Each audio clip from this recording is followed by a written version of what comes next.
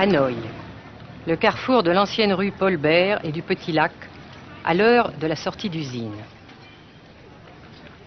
Pas une seule voiture, mais beaucoup de vélos sur lesquels se déplace lentement, machinalement la foule des travailleurs, dans une régularité impressionnante.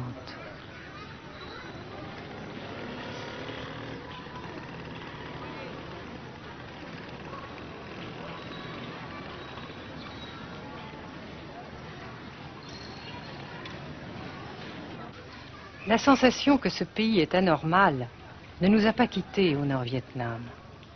Anormal d'abord parce que toute vie individuelle a disparu au bénéfice d'un effort collectif extraordinaire. Dirigé d'une main de fer à l'intérieur d'un dispositif de sécurité draconien. Anormal ensuite parce que dans ce pays coupé en deux depuis 10 ans, un grand nombre de familles vivent le drame de la rupture qui alimente à sa façon la guerre du Sud. Est-ce que vous pensez, Monsieur le Président, qu'il y a une solution militaire à la guerre du Sud-Vietnam? Non. Parce que vous savez que le peuple Vietnam, c'est un. Et le pays du Vietnam, c'est un. Les Américains ont fait une guerre d'agression, comme qui dit, c'est une guerre non déclarée. Et, comme vous savez aussi, vous avez pu lire dans la presse, n'est-ce pas, bien, mondiale, que plus la guerre prolonge, plus les Américains et leurs valets, n'est-ce pas, comment dire ça,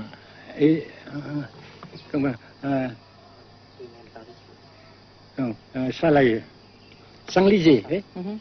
Et plus ils supportent des échecs, comme vous savez récemment, n'est-ce pas?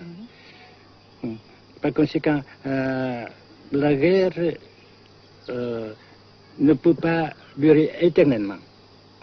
Et je suis très heureux que les politiciens haut placés français ont reconnu cela. Vous pensez que le général de Gaulle pourrait en quelque sorte, à un certain moment, arbitrer le conflit? Arbitrer, qu'est-ce que vous comprenez par le mot arbitraire? Nous ne sommes pas des équipes de football. Hein?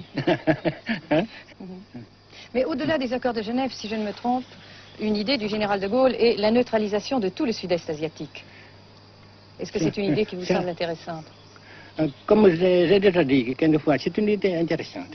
Mais ça dépend encore de la volonté de ces peuples et la manière comment on procède à réaliser. C'est une grande question, n'est-ce pas? Et je ne peux pas dire que je suis d'accord. Et je ne dis pas que je ne suis pas d'accord, n'est-ce pas? Mais parce que vous dites, par exemple, vous dites fleurs. Fleurs, il y a beaucoup de sortes de fleurs. Il y a des roses, il y a des blanches, des rouges, etc. Et il y a qui sont bons et d'autres qui ne sont pas bons. Mais on dit fleurs. Monsieur le Président, nous avons constaté avec chagrin qu'au cours de notre voyage au Nord-Vietnam, que l'influence française était devenue à peu près inexistante dans votre pays. Les moins de 25 ans ne comprennent plus du tout le français.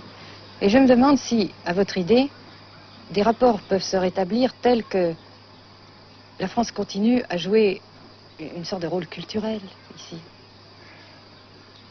Avec la France, surtout, et avec tous les autres pays. Nous voulons avoir une coopération amicale, culturelle, économique, etc.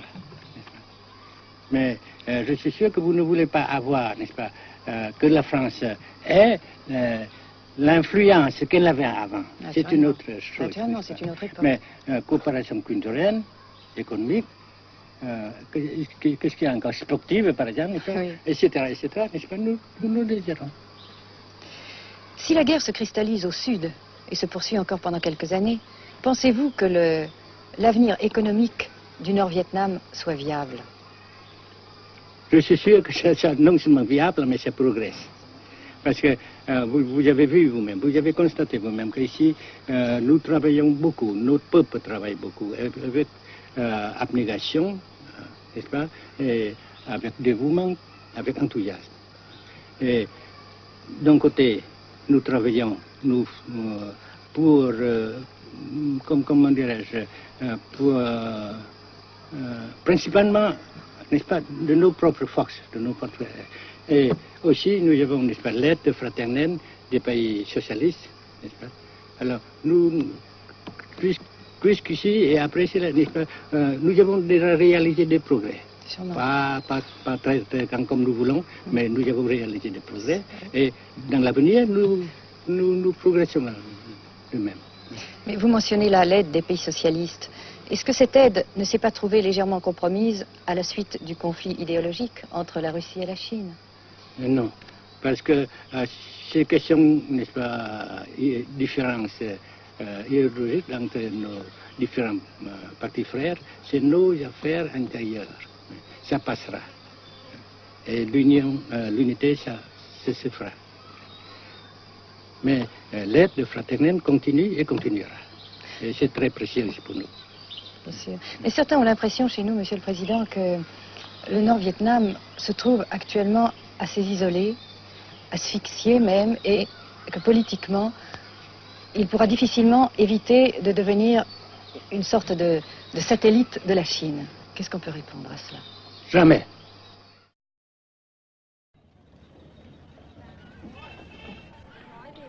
À Hanoï, la vie continue, malgré les alertes, malgré l'évacuation de plus de la moitié des habitants. Les petits magasins de la rue de la Soie sont pour la plupart fermés. Seule la trêve du Tête et ses fêtes de famille devaient redonner pour quelques jours un peu d'animation à la ville, avec la traditionnelle branche de pêcher en fleurs, symbole du nouvel an lunaire et du printemps tonkinois. La trêve, malheureusement, ne fut qu'un espoir déçu.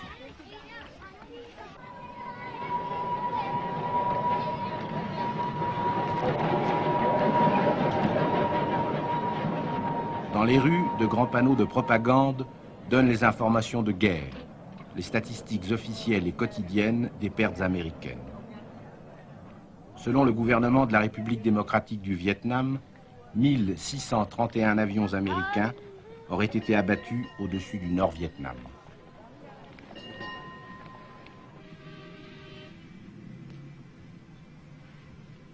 Le grand pont d'Oumer, construction métallique de 2 km de long à la sortie nord-est de Hanoï, assure toujours la traversée du fleuve Rouge.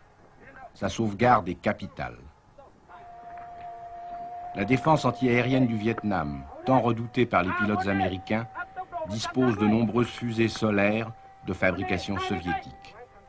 C'est la première fois que nous pouvons vous les montrer.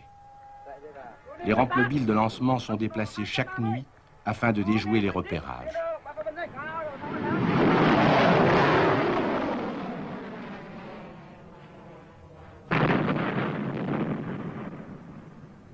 Selon les milieux officiels de Hanoï, 54 avions de l'US Air Force auraient été abattus en 1966 par la seule défense antiaérienne de la capitale.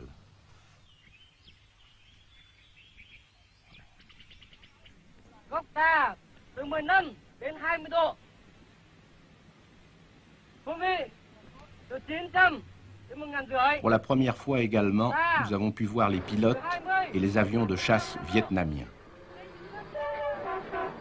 Pour la plupart, leur formation a été assurée en URSS.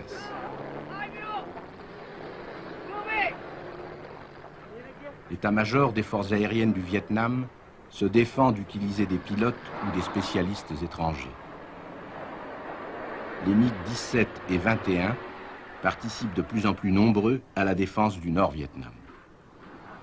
Les résultats des combats aériens sont mal connus et contradictoirement mentionnés dans les communiqués vietnamiens ou américains.